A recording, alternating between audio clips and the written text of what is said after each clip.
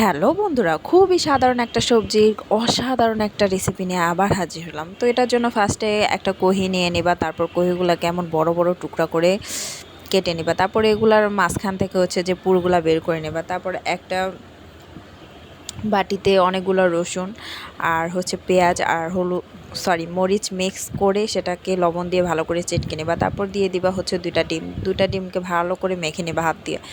ভালো করে মাখার পর একটা কড়াইতে তেল দিয়ে দিবা, দিয়ে কহিগুলাকে হচ্ছে ভাজতে দিয়ে দিবা। ভাজতে দেওয়ার পরে হচ্ছে 1 চামচ করে আর ডিমের যে পেস্টটা আছে সেটা তুমি কহির ভিতরে দিয়ে দেবা। তো এক পিঠ ভাজা হয়ে গেলে হচ্ছে এটা ভালো করে উল্টে দিবা। উল্টে দেওয়ার পরে আরেক পিঠ ভালো করে প্রপারলি ভেজে নিবা।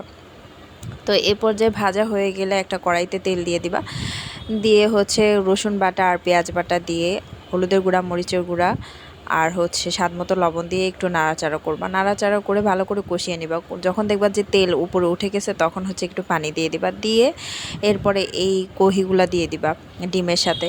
তারপরে ঢাকনা দিয়ে কিছুক্ষণ রান্না করে নিবা। রান্না করে ঢাকনাটা উঠায় তারপরে এগুলোকে ভালো করে উল্টায় দিবা। উল্টায় দিয়ে আরেক কিছুক্ষণ ঢেকে রান্না করে নিবা। তো এতে হয়ে যাবে খুবই সুন্দর একটা রেসিপি।